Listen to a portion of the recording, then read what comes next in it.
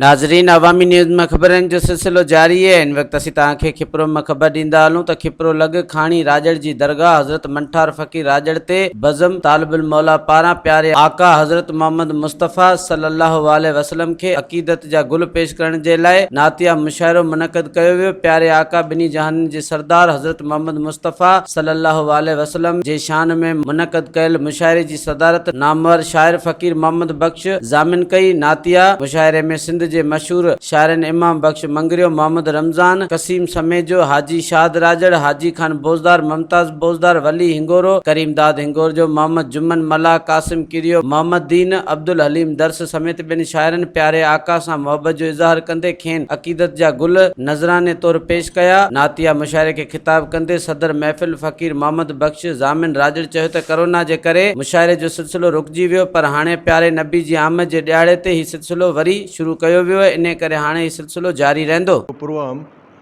उहो हिकिड़ो अक़ीदत जो प्रोग्राम आहे ऐं हीउ जेको नैतिया मुशाइरो, हीउ जेको भलारो महीनो आहे जंहिंमें आका नामदार सल्लल्लाहु अलैहि वसल्लम जिन जी आमद थी, त उहा उन ख़ुशी में ईद मीलादुल नबी सल्लल्लाहु अलैहि वसल्लम जिन जूं जेके तक़रीबूं मल्हाइबियूं आहिनि, त हीउ बि हिकिड़ो उन जो हिसो आहे।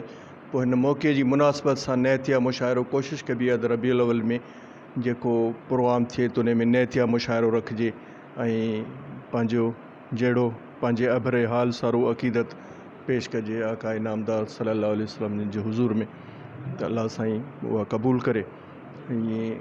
हीउ ख़ालि उन हवाले सां उन हिकिड़े ई मौज़ू ते मुशाइरो आहे। मुशाइरनि जो सिलसिलो कुझु वक़्तु जेके हालात थिया उन जे करे को 7-8 महीना रुकिजी वियो, न त हर महीने पंहिंजो मुशाइरो थींदो, सभु गॾु हूंदासीं ऐं इन में हिकिड़ो माहौल थो ठहे, हिकिड़ो मोहबत जो पैगाम थो वञे, हिकिड़ो जेको अॼुकल्ह जे माहौल में हिकिड़ो दिलनि तां ज़ंग थो लहे। त मुशाइरा थिया पिए लाॻीतो पंहिंजे कुझु सालनि खां हर महीने में, उहो विच में अहिड़ो माहौल ठहियो, सभिनी खे ख़बर आहे, त उन जे करे 7-8 महीना जेको मुशाइरनि जो सिलसिलो बीह रहियो। ऐं हाणे नैतिया बाबरकत मुशाइरे सां इहो सिलसिलो वरी शुरू कयो अथऊं, त इनशाअल्लाह अलाह घुरियो त हाणे इहो मुशाइरनि जो सिलसिलो हलंदो रहंदो।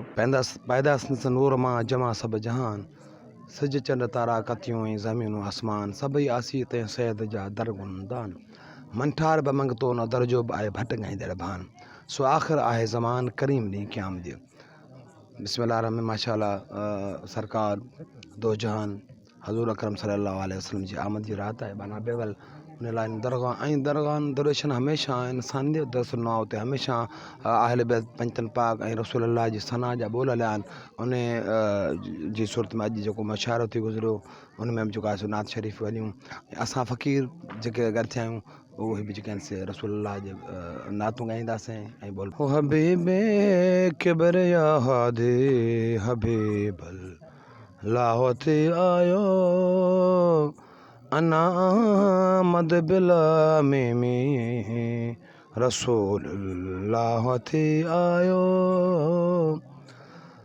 कयो मेराज जी मदनी कयो ती कंहिं न कंहिं हूंदो,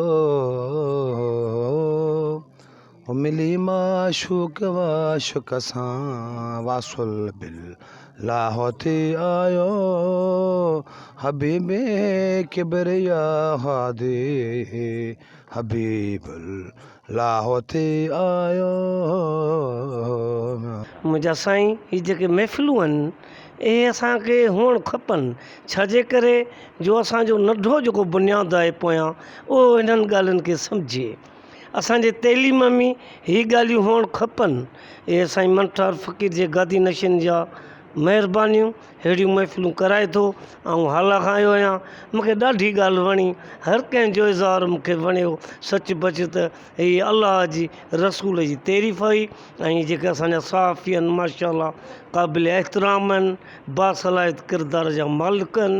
नातिया मुक़ाबिलो सर्वे क़ौमी हुज़ूर अकरम सल्लल्लाहु अलैहि वसल्लम जे शान में जेको नातिया मुशाइरो थियो, हिकिड़ो सुठी ॻाल्हि आहे। हुज़ूर अकरम जे काइनात आहे उनजे शान में थियो, बहितरीनु अमल आहे, सुठो अमल आहे। हुन सां गॾोगॾु अव्हांजे तसलसल सां हीअ जेके दरगाहूं ऐं तकिया आहिनि, इहे रुगो दरगाहूं तकिया आहिनि, पर हीअ दर्सगाहूं आहिनि। हिते माण्हुनि खे नई जनरेशन ख़ुशूसन जेके ॿार आहिनि अहिड़ा मुशाइरा थियणु खपनि, अहिड़ी अदबी कॉन्फ्रेंस थियणु खपनि, हिननि खे प्रमोट करणु खपे त जीअं माण्हू ऐं असांजी नई जनरेशन जेका हिन मां वाक़ुफ़ु थिए थी, असांजी तहज़ीब ऐं कल्चर जो हिकिड़ो हिसो आहे। मज़ीद खबरों और तफसीलात के लिए विजिट करें हमारी वेबसाइट www.awamiNewsHD.com।